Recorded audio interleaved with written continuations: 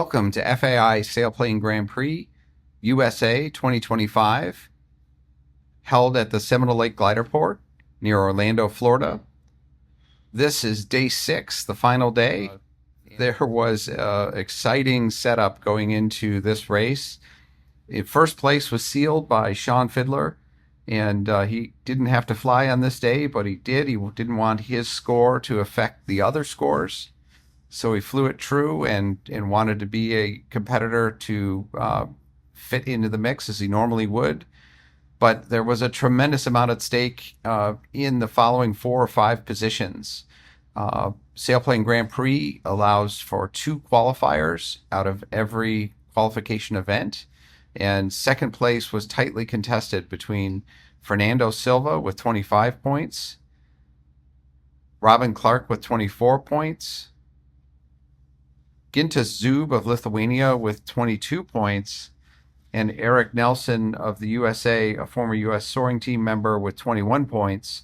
Outside shots still existed for Jim Lee with 19 points and Jared Granzow. So almost half the field was still fighting for that second spot, and it was an incredibly exciting setup for day 6. Let's first take a look at the task. The conditions today were a little bit windier than normal, and there was some concern that it might shear the thermals and be a little weaker, but what it actually did is set up an extraordinary Florida soaring day. The winds at altitude were 20 to 30 kph, very consistent top to bottom, and this set up some of the most incredible cloud streets that we've seen in Florida in a long time.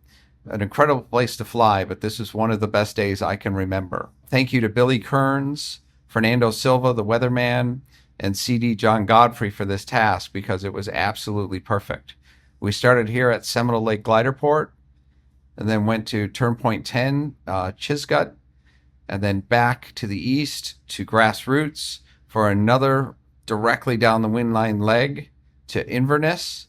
And then the most difficult leg, perhaps, of the race was this leg down to Cubhaven, which required a little bit of decision making, zigzagging on the streets, or at least there were pilots who chose several different lines on this leg, and it mixed up the results a little bit.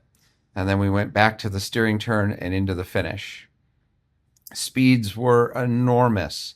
137.7 kph for a thermal task is an incredible speed in Florida in March, and both Robin Clark and Bob Fletcher achieved it, with Bob only 3 seconds behind Robin for the first place.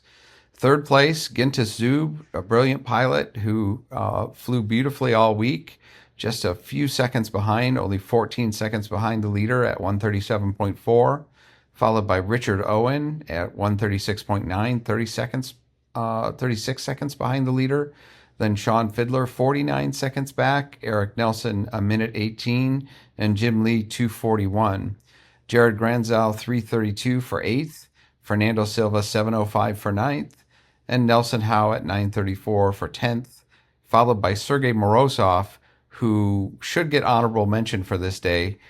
He led the entire day off the front, was by far the most aggressive pilot, but unfortunately just came up a little short despite leading all the way to the steering turn.